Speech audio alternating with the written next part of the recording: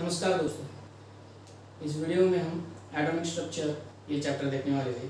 इसके पहले जो वीडियो में हमने क्या देखा था, सब एटॉमिक पार्टिकल की डिस्कवरी देखी, जैसे कि इलेक्ट्रॉन, प्रोटॉन और न्यूट्रॉन। इन सब की डिस्कवरी किस तरह से हुई है ये हमने इसके पहले वीडियो में देखा है। ठीक है, तो इस चैप्टर में हम जो अब एटम के रिलेटेड जो थियरियाँ कही गई है वो थियरियाँ हम देखने वाले हैं। तो सबसे पहली जो थियरी प्रपोज की गई थी वो किसने प्रपोज की थी, जो हमने 9th स्टैंडर्ड में देखी थी, डाल्टन एटॉमिक थियरी थी वो।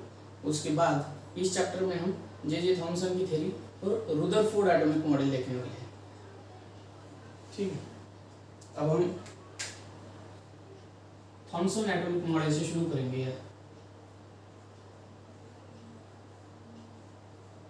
थॉमसन एटॉमिक मॉडल, ठीक है। साइंटिस्ट का नाम ही है थॉमसन, जे थॉमसन उनका नेम है।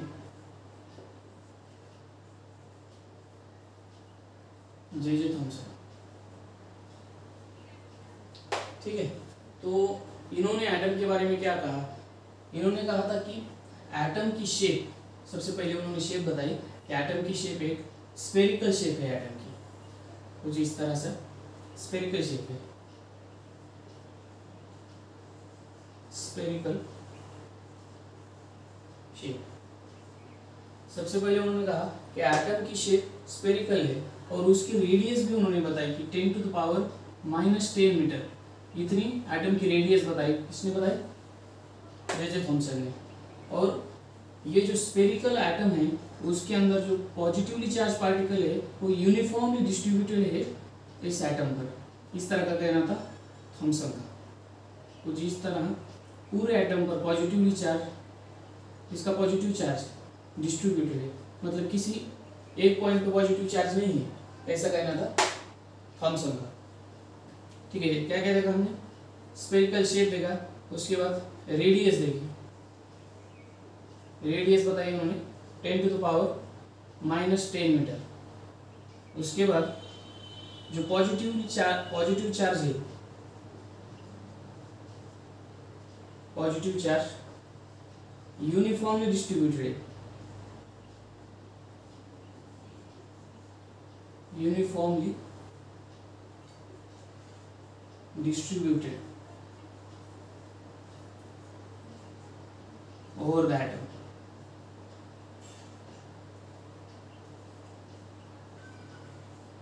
एटम के ऊपर पूरे के पूरे पॉजिटिव चार्ज डिस्ट्रीब्यूटेड है। ठीक है, इसके बाद अब उन्होंने इलेक्ट्रॉन के बारे में कहा। इलेक्ट्रॉन आर एम्बेडेड, कुछ इस तरह है, इलेक्ट्रॉन एम्बेडेड है। इलेक्ट्रॉन्स आर एम्बेडेड, किस तरह से इलेक्ट्रॉन एम्बेडेड थे? ऐसे जैसे वाटर लेमन मॉडल कहा जाता है इनके मॉडल को। वाटर लेमन देखा होगा आपने, और उसमें जो सीड्स है वो ऐसे छोटी छोटी सीड्स उसके अंदर होती है। तो ये किस तरह का अट्रैक्शन, किस तरह का अरेंजमेंट है? Electrons are embedded such that most stable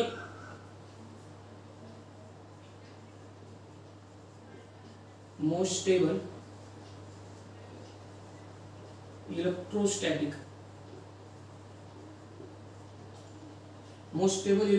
arrangement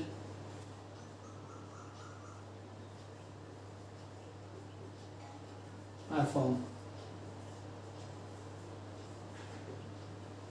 ठीक है, कुछ इस तरह इलेक्ट्रॉन अरेंजमेंट है इसके अंदर कि स्टेबल अरेंजमेंट होगी। 3-4 पॉइंट देखे अब हमने। स्फेरिकल शेप है, रेडियस 10⁻⁻10 है, और पॉजिटिव चार्ज यूनिफॉर्मली डिस्ट्रीब्यूटेड है, और नेगेटिवली चार्ज ऐसे एम्बेडेड है। इसके अंदर छोटे छोटे इलेक्ट्रॉन कुछ इस तरह की अरेंजमेंट है। बस इसकी अरेंजमेंट कैसी होगी वो उन्होंने कोई क्लियर नहीं बताया। ठीक है, उसके बाद एक इम्पोर्टेंट पॉइंट जो कहा वो ये था कि मास ऑफ इलेक्ट्रॉन, यहाँ पर लिख देते हैं। इसका जो मास है वो यूनिफॉर्मली डिस्ट्रीब्यूटेड है over the all atom. Mass is uniformly distributed.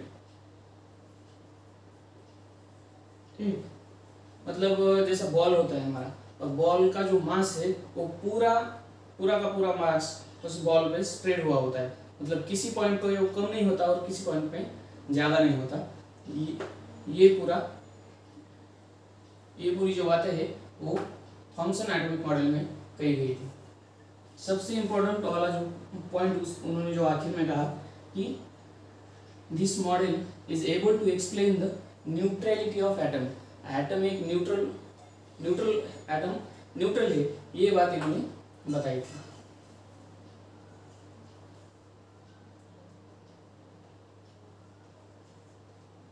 Able to explain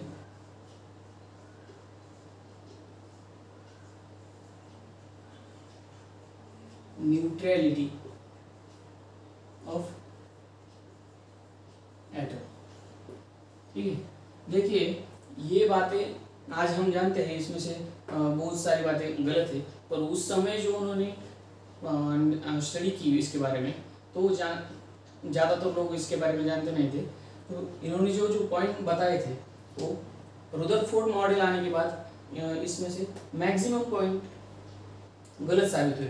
कौन कौन से पॉइंट गलत साबित हुए मैं अभी बता देता हूँ। रुदरफोर्ड मॉडल देखने से पहले मास, देखिए मास इन्होंने क्या कहा, मास ही पूरा का पूरा डिस्ट्रीब्यूट है एटम के ऊपर। ये पॉइंट भी गलत होगा, ध्यान में रखिएगा। जब हम रुदरफोर्ड मॉडल देखेंगे तब उन्होंने एक्सपेरिमेंटली प्रूव करके दिखाया कि एटम का मास ये यूनिफॉर्मली डिस्ट्रीब्यूटेड नहीं होता। उसके बाद क्या स्फेरिकल शेप बताया, रेडियस जो बताई वो रेडियस सही रहेगी, उसकी। पॉजिटिव चार्ज के बारे में जो उन्होंने बताया कि यूनिफॉर्मली डिस्ट्रीब्यूटेड है पूरे के पूरे एटम पर, ये भी गलत हो जाएगा। और इलेक्ट्रॉन्स एम्बेडेड है, ठीक है, इसको ही उन्होंने प्लम पुडिंग मॉडल और वाटर लेमन मॉडल कहा जाता था उनकी मॉडल को, वाटर लेमन।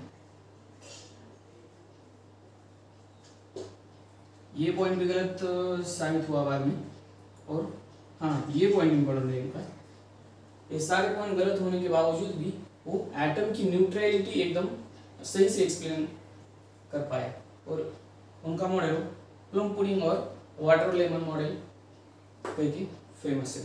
तो इसके बाद अब रुदरफोर्ड उनका जो मॉडल आया, और उन्होंने एक्सपेरिमेंटली प्रूव करके दिखाया कि कैसे प्रूव करके दिखाया है ये हम देखेंगे। रुदरफोर्ड का सबसे जो फेमस वाला एक्सपेरिमेंट है अल्फा पार्टिकल स्कैटरिंग वाला एक्सपेरिमेंट, वो अभी हम देखेंगे।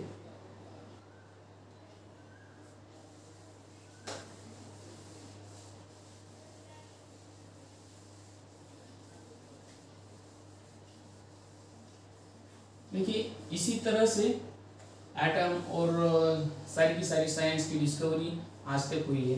कोई एक साइंटिस्ट स्टडी करके कुछ बातें बताता है और दूसरा साइंटिस्ट उसी की बातें बाद में जो रॉन्ग हुई है उसको सुधार के आगे काम किया जाता है। मतलब पूरे के पूरे एटम और उसके सब एटॉमिक पार्टिकल्स जो मॉडल आज तक प्रपोज किए गए वो किसी एक इंसान ने नहीं किए, और एक ही बार में किए।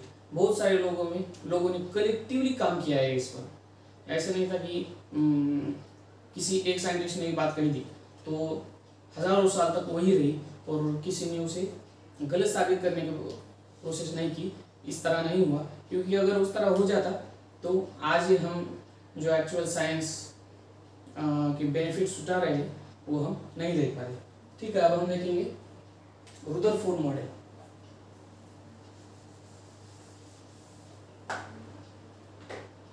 रुदरफोर्ड न्यूक्लियर मॉडल भी कहा जाता है उसे।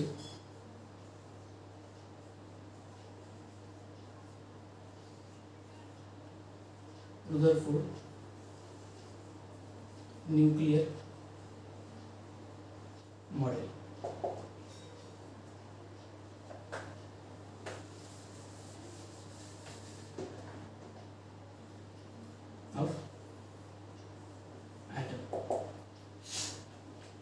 तो क्या कहा रुदरफोर्ड ने, इन्होंने सबसे पहले एक एक्सपेरिमेंट करके दिखाया और उसी के बाद उनके जो पॉइंट है वो उस एक्सपेरिमेंट के बेसिस से एक्सप्लेन करके दिखाया।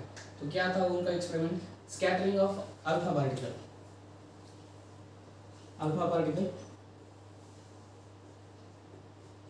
Scattering experiment, alpha particle scattering, इतना ही नाम ठीक है।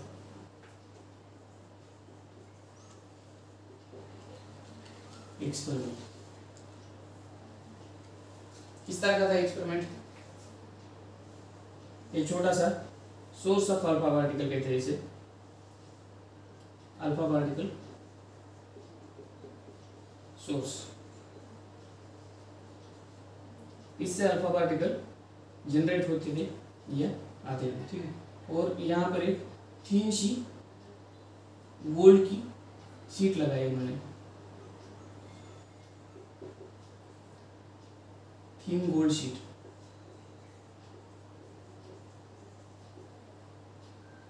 और इसके ऊपर से ऐसी प्लेट लगाई, उसके बाहर अल्फा पार्टिकल जाने नहीं पाए, ठीक है। तो क्या हुआ, अब जैसे ही अल्फा पार्टिकल इस सोर्स से निकले और इस गोल्ड शीट पर स्ट्राइक हुए,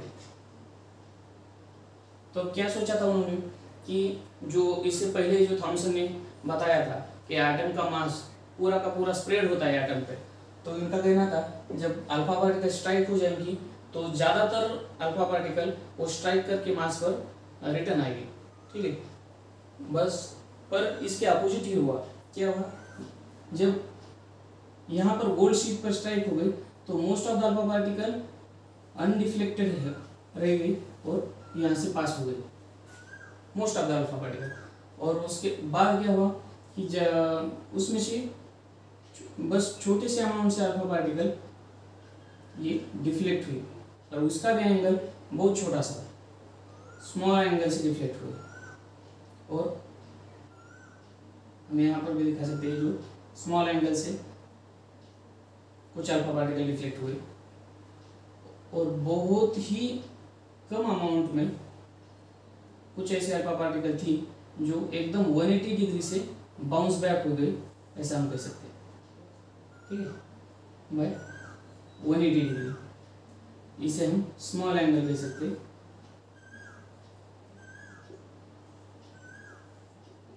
और ये undeflected,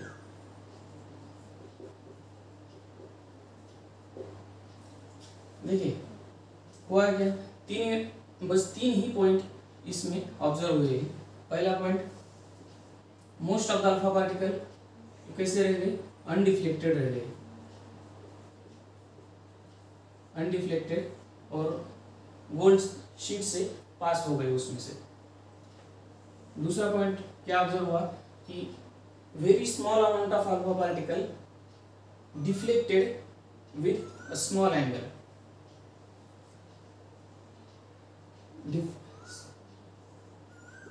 deflected with small angle।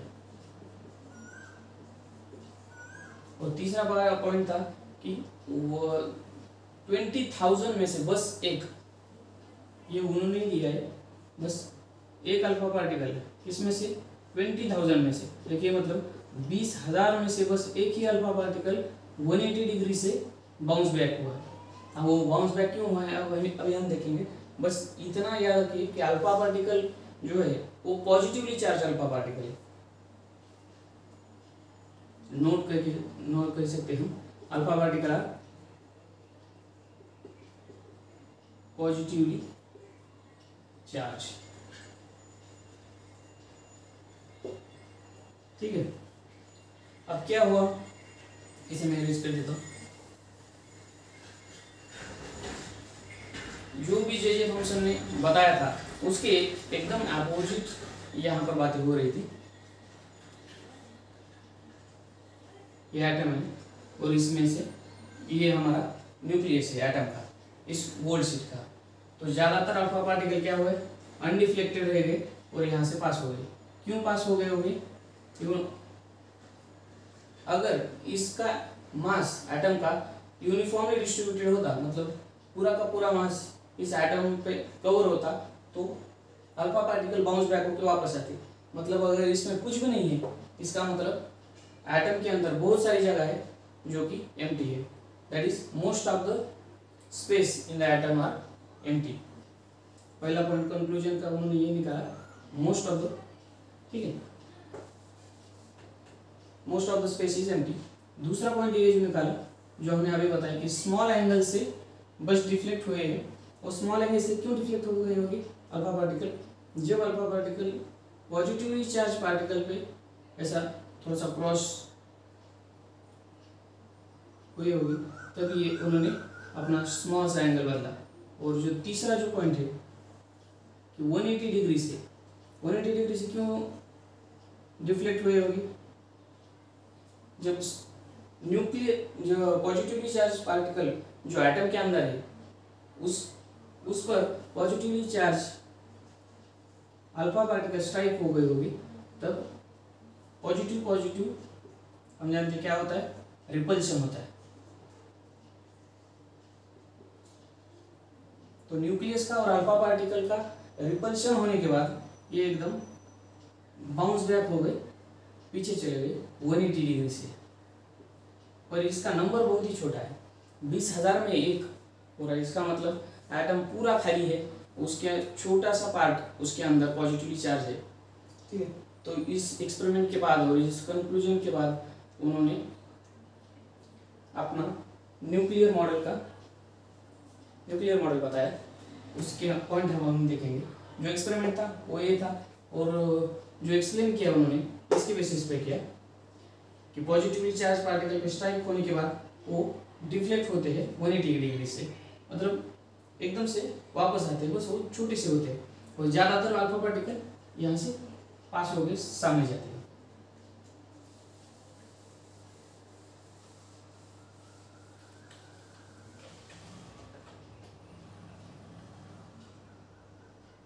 ठीक है, अब हम देखेंगे, एक मिनट,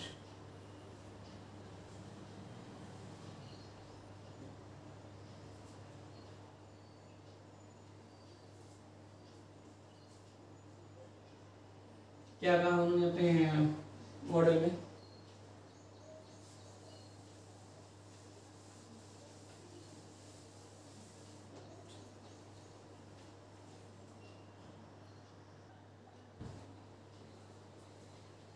ठीक है, तो न्यूक्लियर मॉडल में क्या कहा उन्होंने? पहला पॉइंट कि पॉजिटिव चार्ज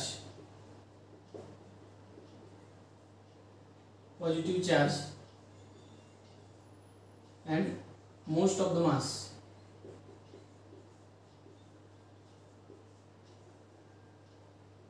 एटम का जो पॉजिटिव चार्ज है एटम के अंदर, प्रोटॉन जिसे हम कहते हैं, और एटम का जो मोस्ट ऑफ द मास है, जितना भी एटम का मास है ज़्यादातर, वो कोई यूनिफॉर्मली डिस्ट्रीब्यूटेड नहीं, कोई एटम पर स्प्रेड हुआ नहीं है। ये क्या है, एकदम कॉन्सेंट्रेट है एक स्मॉल रीजन में, कॉन्सेंट्रेट और स्मॉल रीजन, और उस स्मॉल रीजन को उन्होंने न्यूक्लियस कहा। देखिए अब ये न्यूक्लियस पहली बार किसने कहा था? रुदरफोर्ड ने कहा था न्यूक्लियस।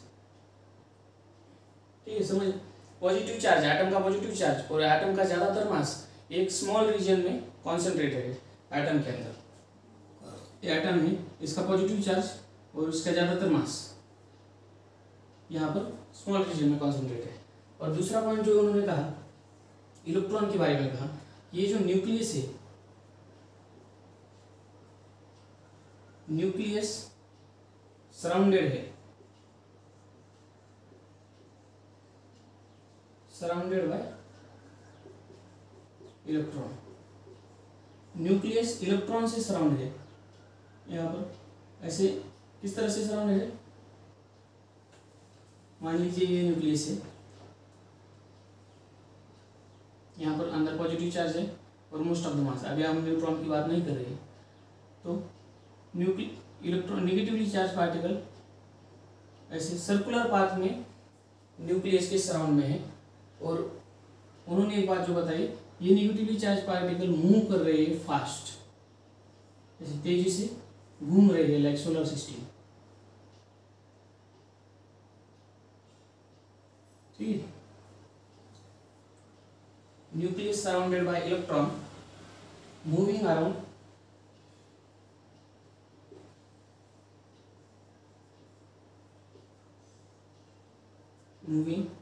it very fast। और इसी को उन्होंने ऑर्बिट कहा। जो न्यूक्लियस के बाजू में इलेक्ट्रॉन मूव कर रहे हैं एकदम फास्ट, उसे उन्होंने ऑर्बिट कहा। ठीक है, और जो आखिर का पॉइंट कहा, जो ये पॉजिटिव चार्ज है और नेगेटिव चार्ज है, ये एक दूसरे को इलेक्ट्रोस्टैटिक फोर्स ऑफ अट्रैक्शन से की वजह से पकड़ के रखे हुए हैं। इसे हम हेल कहना कहते हैं। Positive charge and negative charge are held together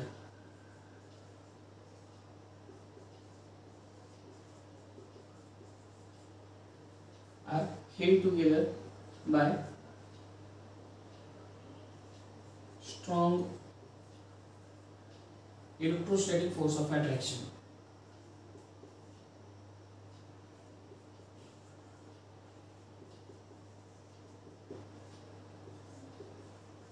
electrostatic force of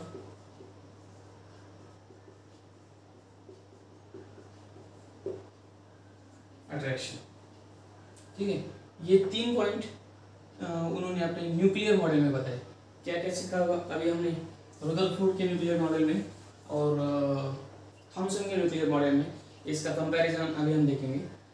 उससे पहले रुदरफोर्ड ने और एक बात कही थी कि रेडियस बताई थी उन्होंने एटम में, एटम की रेडियस बताई। एटम की रेडियस कितनी बताई जी? एकदम बराबर बताई, जितनी 10⁻⁻10 मीटर, जितनी जो थॉमसन ने बताई थी। और उसके बाद न्यूक्लियस की रेडियस भी उन्होंने बताया एडिशनल। न्यूक्लियस की रेडियस थी 10⁻⁻15 मीटर। अभी ये एनसीईआरटी की किताबों में दिया है कि किस तरह हम इसे एज्यूम कर सकते हैं कि देखो, जो हमारा क्रिकेट का बॉल है उसे अगर हम न्यूक्लियस कह दें तो इस बॉल से 5 किलोमीटर तक का जो डिस्टेंस है, 5 किलोमीटर का डिस्टेंस, मान लीजिए यहाँ तक है 5 किलोमीटर का डिस्टेंस, और इससे इतना सर्कुलर, ये बराबर हुआ, सर्कल नहीं आ रहा,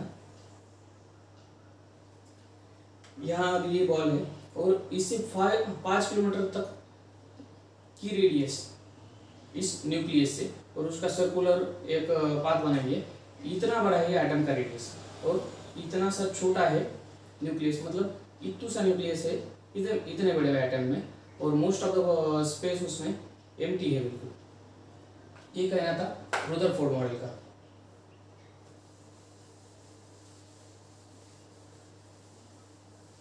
और इस मॉडल के आने के बाद जो थॉमसन का मॉडल था वो ऑब्वियसली पीछे पड़ गया, और उसमें से बहुत सारी चीज़ें गलत साबित हुई। थॉमसन ने क्या कहा था कि एटम का जो मास है वो पूरा का पूरा एटम के ऊपर स्प्रेड हुआ है, और रुदरफोर्ड ने क्या कहा कि एटम का जो मास है वो एकदम एटम के अंदर एक स्मॉल रीजन में कॉन्सेंट्रेट है। ठीक है, पॉजिटिव चार्ज और एटम का मोस्ट ऑफ द मास एक स्मॉल रीजन में कॉन्सेंट्रेट है। और थॉमसन ने कहा था कि पॉजिटिव जो चार्ज है वो एटम के ऊपर पूरी का पूरा स्प्रेड हुआ है, पर रुदरफोर्ड ने कहा कि पॉजिटिव चार्ज एकदम सेंटर में है। जिस तरह इलेक्ट्रॉन के बारे में थॉमसन का मानना था कि इलेक्ट्रॉन्स एम्बेडेड है वाटर लेमन की तरह, वाटर लेमन के अंदर जो शीट्स होती है वो किस तरह से होती है, ऐसे डिस्ट्रीब्यूट होती है इलेक्ट्रोस्टैटिक अरेंजमेंट की, मोस्ट स्टेबल इलेक्ट्रोस्टैटिक अरेंजमेंट की तरह। ये किसका कहना था? थॉमसन का कहना था, वाटर लेमन की तरह। पर रुदरफोर्ड ने क्या कहा इलेक्ट्रॉन के बारे में कि इलेक्ट्रॉन्स न्यूक्लियस के अराउंड में सर्कल किए हुए है और वेरी फास्ट मूव हो रही है। ठीक है, ये पॉइंट याद रखिएगा, इलेक्ट्रॉन्स फास्ट मूव हो रही है न्यूक्लियस के अराउंड में। यही जो पॉइंट है वो बाद में फेल हुआ इस रदरफोर्ड मॉडल का, वो हम इसकी लिमिटेशन देखते वक्त बाद में देख लेंगे।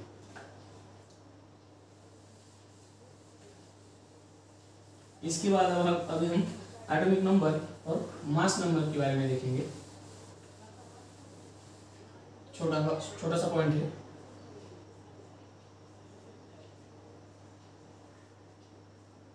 एटॉमिक नंबर और मास नंबर।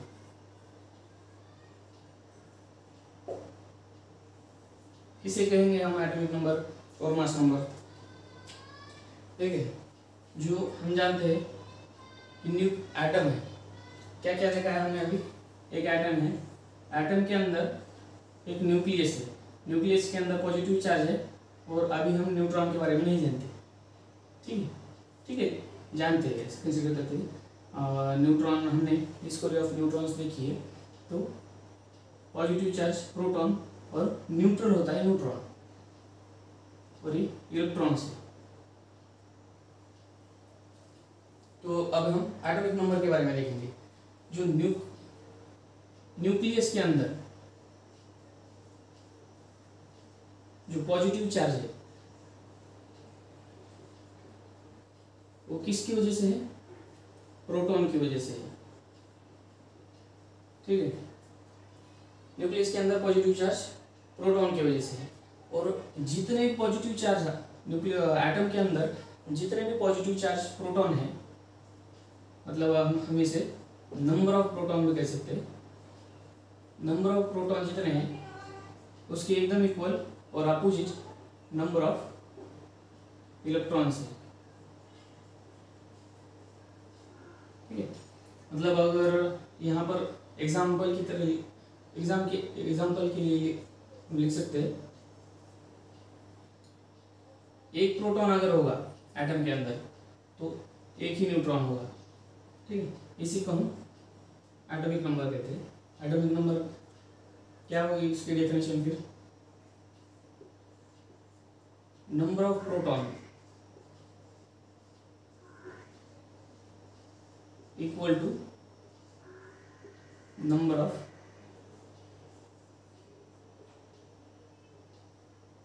न्यूट्रॉन।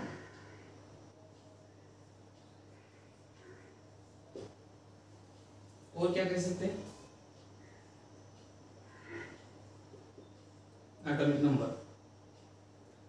और अब हम मास नंबर देखेंगे। नंबर ऑफ इलेक्ट्रॉन को भी हम क्या कह सकते हैं? एटॉमिक नंबर कह सकते हैं।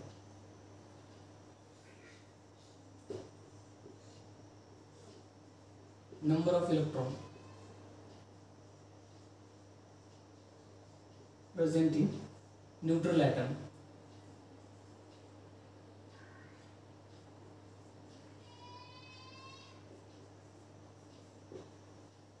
एक न्यूट्रल एटम के अंदर जितने इलेक्ट्रॉन्स प्रेजेंट है उसी को हम एटॉमिक नंबर कहते हैं, और दूसरी तरह से प्रोटॉन जितने हैं उतने ही हमारे पास एटम के अंदर इलेक्ट्रॉन्स होते हैं, उसे ही हम एटॉमिक नंबर कहते हैं। एटॉमिक नंबर हम रिप्रेजेंट करते हैं Z से,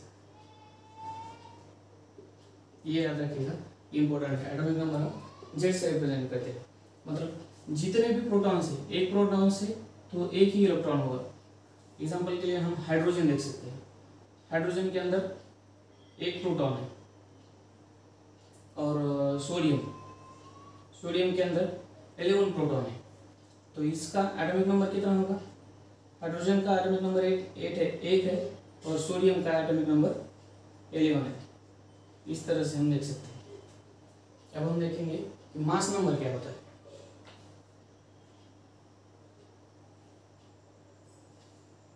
एक मिनट, मेरे हाथ में ही था डिस्टर्ब। मास नंबर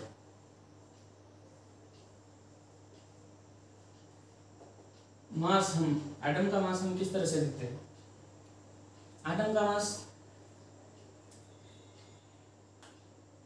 देखिए, एटम का मास नंबर ऑफ प्रोटॉन, जितने भी हमारे पास प्रोटॉन है और जितने हमारे पास न्यूट्रॉन है, न्यूट्रल न्यूट्रॉन और पॉजिटिव प्रोटॉन, इन दोनों को कंबाइन करके जो एटम का मास होगा, जो मास होगा उसे हम एटम का मास कहते हैं। ठीक है,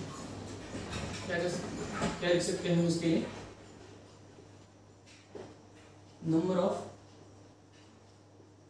proton and number of neutron, that is the mass number, mass of atom। इस तरह से हम मास नंबर लिख सकते हैं, और मास नंबर को हम ए से रिप्रेजेंट करते हैं। मास नंबर जो एलिमेंट है, ये पॉइंट अब खत्म हो गया है। जो जितने भी एलिमेंट है उस एलिमेंट को हम एक्स से रिप्रेजेंट करते हैं। अब थोड़ा सा समराइज करेंगे। और जो एटॉमिक नंबर है वो हम लेफ्ट साइड में लिखते हैं और उसे जेड से रिप्रेजेंट करते हैं, और लेफ्ट साइड में ही मास नंबर लिखते हैं पर हम ऊपर लिखते हैं। ये चीज़ याद रखिएगा, ठीक है।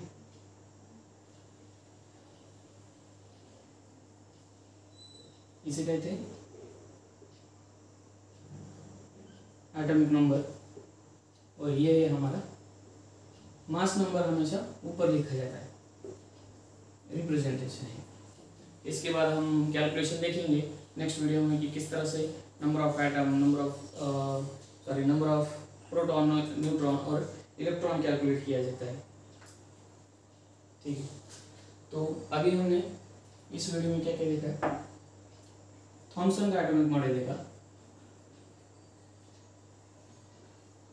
उसके बाद रुदरफोर्ड का एटॉमिक मॉडल देखा है,